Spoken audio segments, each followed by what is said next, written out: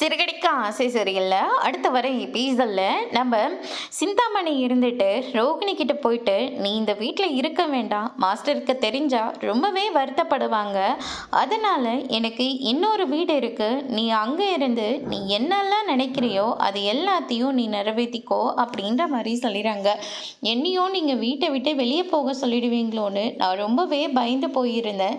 ஆனா நீங்க அப்படியெல்லாம் சொல்லவே இல்லை. ரொம்ப தேங்க்ஸ் ஆண்டி அப்படின்னு அப்படின்னு சொல்லிட்டு நம்ம ரோகிணி இருந்துட்டு சிந்தாமணிக்கு ஒரு நன்றியை வந்து சொல்லிடுறாங்க. அதுக்கு அடுத்ததான் வந்து பார்த்தீங்கன்னா, நீங்கள் எதுக்குக்கா இந்த பொண்ணுக்கு ஆதரவு கொடுத்துட்ருக்கீங்க, இவங்களுக்கு செய்ய வேண்டிய என்ன அவசியம் இருக்குது அப்படின்னு சொல்லிட்டு கேட்கவும், எல்லார் வீட்டையும் நம்ம என்ன பண்ணுவோம், முதல்ல அவங்க கஷ்டத்தில் இருப்பாங்க, அவங்களுக்கு கொஞ்சம் பணத்தை கொடுப்போம், வட்டி மேலே வட்டி சேரும், குட்டி மேலே குட்டி போகிறோம், அந்த பணத்தை வச்சு அவங்களால கொடுக்க முடியலன்னு தெரிஞ்சால் அடுத்தது நம்ம என்ன செய்வோம், வீட்டை எழுதி கேட்போம்.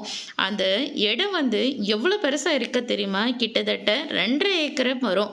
அதனால் நம்ம அந்த வீட்டை எழுதி வாங்கியே ஆகணும் அப்படின்ற மாதிரி சொல்லிடுறாங்க. சூப்பர் பிளானுக்கா அப்படின்னு சொல்லிட்டு கூட இருக்கிறவங்க சொல்லிடுறாங்க. அதுக்கு அடுத்ததாக வந்து பார்த்தீங்கன்னா, முதல்ல இவங்களுக்கு பணம் கொடுத்தாரு, அவரை போய் பார்க்கணும் அப்படின்னு சொல்லிட்டு போயிட்டு பார்க்குறாங்க.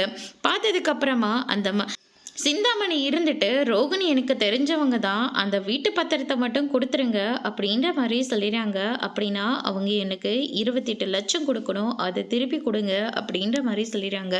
அதோட பிரேம முடிச்சிருக்காங்க.